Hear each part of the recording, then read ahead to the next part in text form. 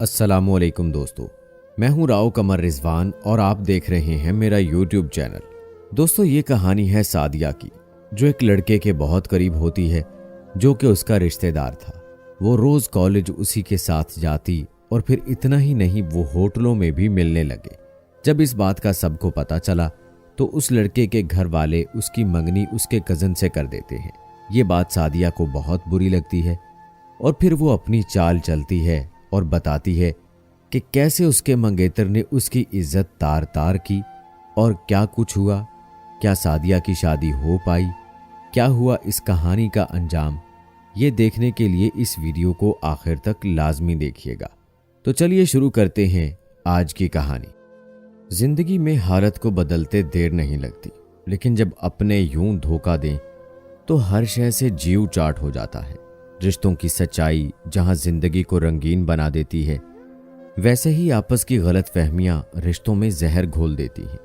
उन दिनों मेरी खालाजाद बहन सादिया के हालात ठीक ना थे। तभी वो मेरी बाजी के बच्चों को ट्यूशन पढ़ाने हमारे घर आया करती थी। जिस कॉलेज में सादिया पढ़ती थी उसके करीब ही एक और कॉलेज था जहां मैं पढ़ने जाया करती थी। हम दोनों कभी कॉलेज के रास्ते में मिल जाते तो साथ ही घर आ जाते। एक रोज मैं कॉलेज से घर लौट रही थी कि रास्ते में सादिया जाती नजर आई, लेकिन वो अकेली न थी। मेरी ताई के भाई शहरोज उसके साथ थे। मैं उन दोनों को इकट्ठे जाते देखकर हैरान रह गई। इसके बाद अक्सर ही मैंने ये नज़ारा देखा। जो ही छुट्टी के बाद कॉलेज से निकलकर घर के रास्ते होती, मुझे सादिया शहरोज के साथ जाती दिखाई दे जाती। कई बार ऐसा भी हुआ कि ये दोनों एक साथ ही हमारे घर आ जाते। दोनों ही रिश्तेदार थे, हमारे भी और आपस में भी, तो किसी ने इस मामले को हवा न दी। हालांकि सभी को मालूम था कि ये दोनों अक्सर बाहर मिलते हैं। हम सब घर वाले यही समझते थे कि गालबन दोनों एक दूसरे से शादी करना चाहते हैं, तभी मिलते हैं। इन मुलाकातों की नौयत हमें मालूम नहीं थी, मगर शहरोज कभी सादिया के घर नहीं गए थे, जबकि वो ताई से मिलने हमारे घर आते रहते थे। सबसे बातें करते, हंसी मजाक करते, लेकिन मैं उनसे बात नहीं करती थी। वो खुद मुखातिब होते तो बात कर लेती। एक रोज वो सादिया के बारे कहने लगे कि मुझे इस बेचारी के हालात पर अफसोस होता है। जब से इसके वालिद फौत हुए हैं, उनकी गुजर बसर बहुत मुश्किल से होती है। तब मैंने पूछ ही लिया कि क्या आप सादिया को पसंद करते हैं? कहा, बिल्कुल नहीं। ये तुमने कैसे सोच लिया? हमदर्दी होना और बात है और पसंद करना अलग बात है। सच कहूं तो मैं तुम्हें पसंद करता हूं। अगर इजाजत दो तो तुम्हारे वालिदैन से तुमको मांग लो। मैंने कोई जवाब ना दिया। शर्माकर उनके पास से उठकर अपने कमरे में चली गई। शहरोज ने इस अदा को मेरी रजामंदी समझा और रिश्ते के लिए मेरे वालिदैन से बात कर ली। अब्बू ने नीम रजामंदी का इजहार किया। गोया जुबानी बातचीत तय हो गई। कुछ दिनों बाद ताई की कोशिश से मेरी मंगनी शहरोज से हो गई। यूं हम दोनों भी कभी कभार बाहर मिलने लगे। मैं कॉलेज से छुट्टी के बाद थोड़ा वक्त उसके साथ बाहर गुजारने लगी। यूं ही साल बीत गया। जब शहरोज मिलते, कहते कोशिश कर रहा हूं कि अपने पांव पर खड़ा हो जाऊं तो तुमको ब्याह कर घर ले जाऊं और दुनिया की हर खुशी तुम्हारे कदमों में ढेर कर दूं। मंगनी के बाद मैं भी शहरोज को पसंद करने लगी थी। बिलाशुबा वो बावकार और पुरएतमाद शख्सियत के मालिक थे। वो अपनी बात के पक्के और कौल के सच्चे थे, और ऐसे लोग कम ही होते हैं। मैं इन्हीं खूबियों की वजह से शहरोज पर नाज़ा थी। उनके फाइनल इम्तिहान ख़त्म हो चुके थे, लिहाजा वो अपने घर वालों से मिलने चले गए और 2 माह बाद लौटे।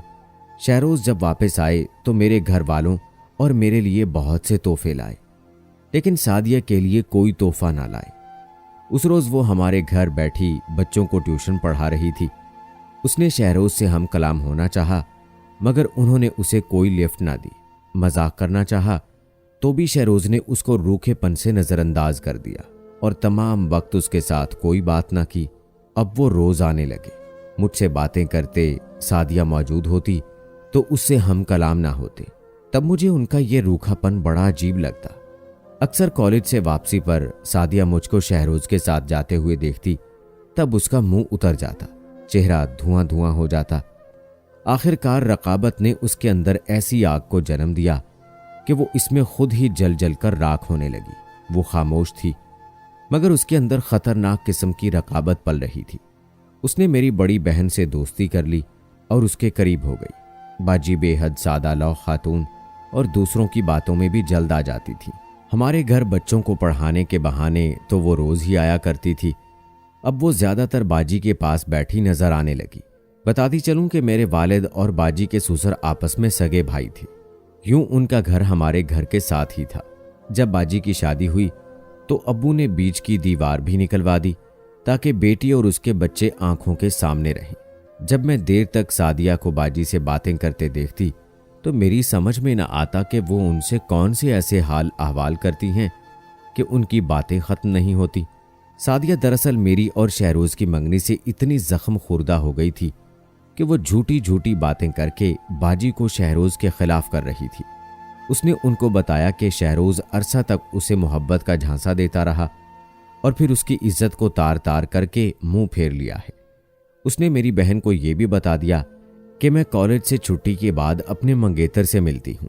खैर ये बात तो सही थी, लेकिन पहली वाली बात सही ना थी, बल्कि उसने शहरोज पर सरासर बहतान लगाया था। ये बात मुझे बाद में शहरोज ने बताई थी।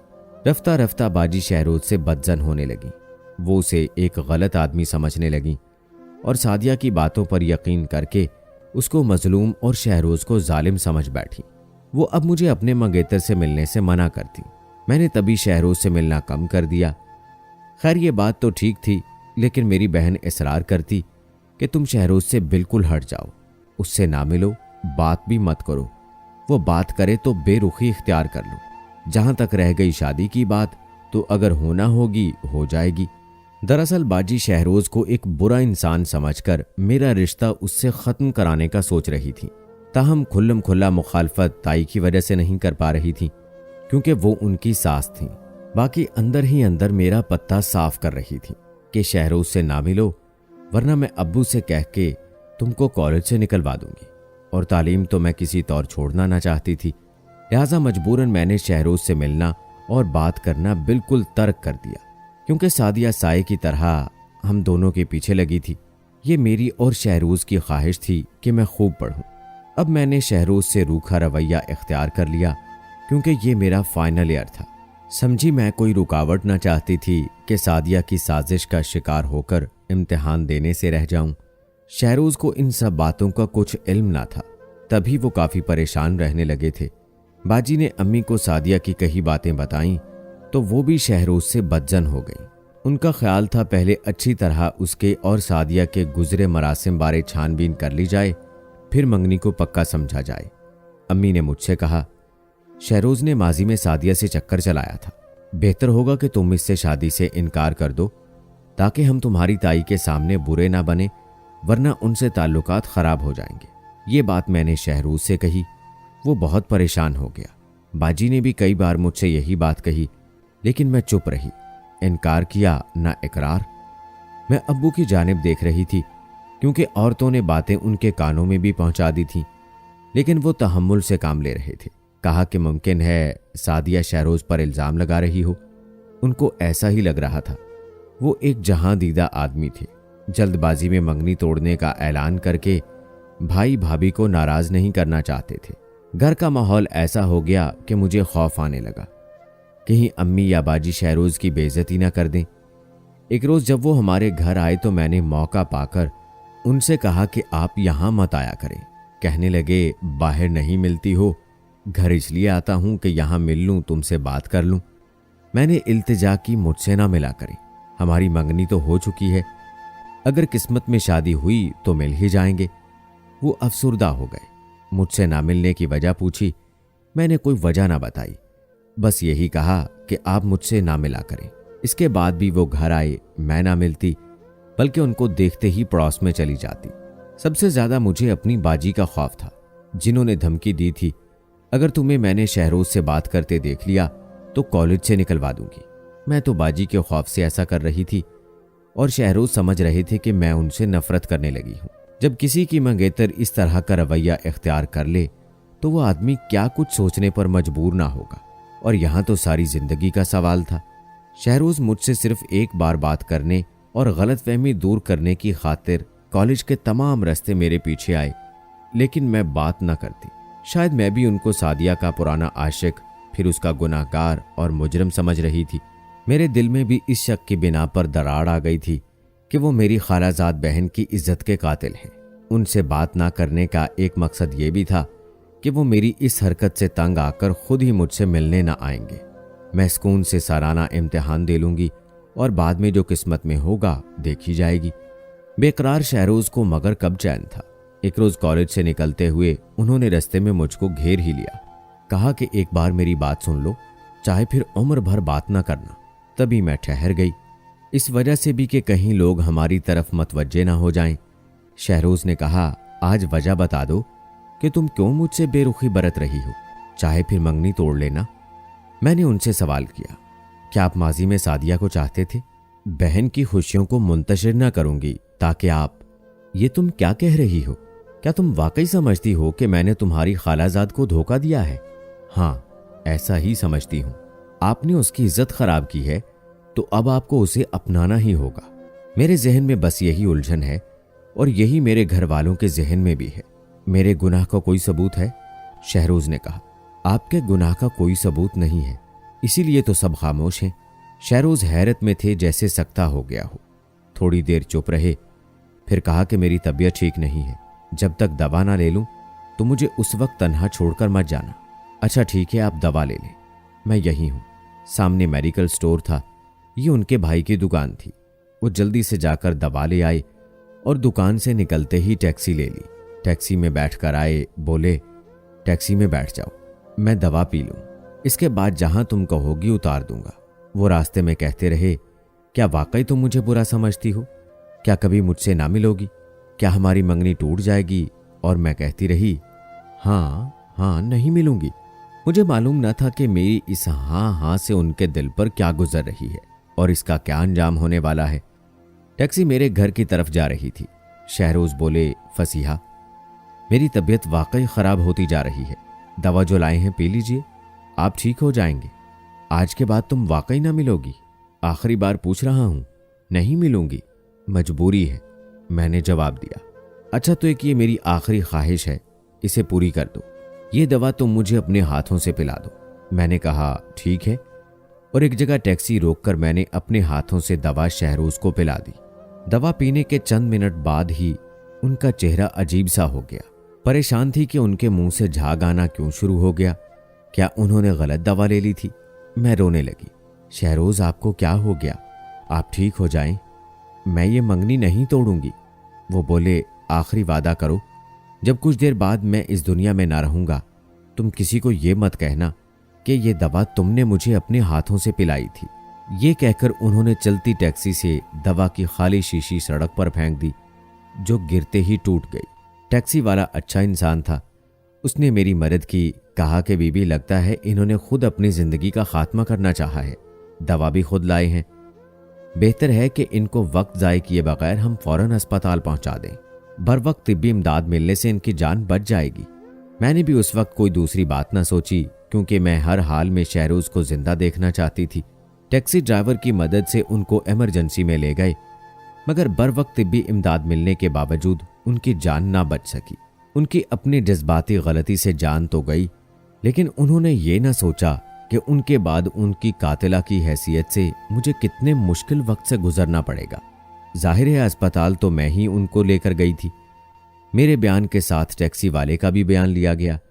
उसने मनोवन वही बताया जो टैक्सी में हमारी गुफ्तगू सुनी थी। कोर्ट कचहरी का मरहला तो अलग, मेरे घर वालों ने भी मेरे साथ हकारत का बर्ताव किया। अब तो सादिया भी बहुत परेशान थी कि उसने नाहक शहरोज की जान ली। उसका इरादा तो सिर्फ शहरोज और मुझसे जुदाई डलवाना था, जान लेने का तो उसका इरादा ना था। उसने बाजी को रो रो कर असल बात बता दी कि वो गुर्बत से परेशान थी और शहरोज ने उसे मुंह बोली बहन बनाया हुआ था, क्योंकि दोनों एक मोहल्ले में रहते थे। शहरोज और उसके घर वाले सादिया के खराब माली हालात से बाखूबी वाकिफ थे, तभी वो उनकी मदद करते रहते थे, लेकिन किसी को बताते न थे, यानी अपनी नेकी का ढंढोरा नहीं पीटते थे।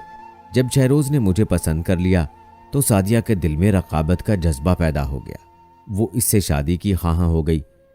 उसने शहरोज से अपनी इस ख्वाहिश का इजहार किया तो उनको इस लड़की की ये बात पसंद आई और उन्होंने उसको ढिठाई से जवाब दिया, तो वो भी इनकी खुशियों के दुश्मन हो गई।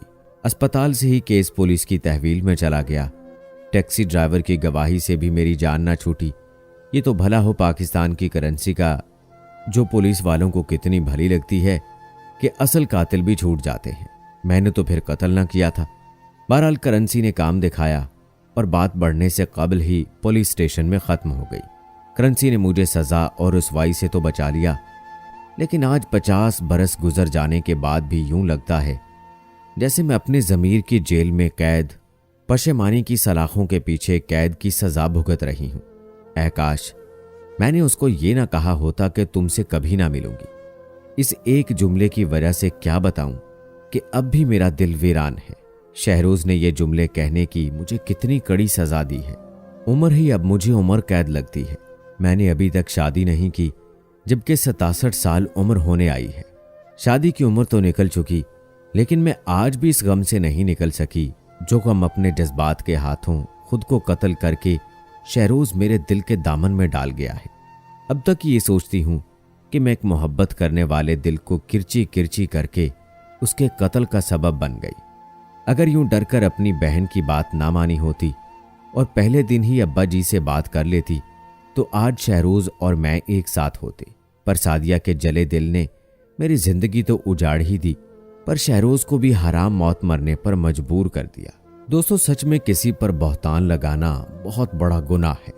आपको अंदाजा ही नहीं आपकी ऐसी गलती किसी की जान ले सकती है। लेकिन दूसरी जानिब शहरोज ने भी गलत किया जान देकर, क्योंकि बेहतर था वो दलाइल के साथ खुद को सच्चा साबित करता।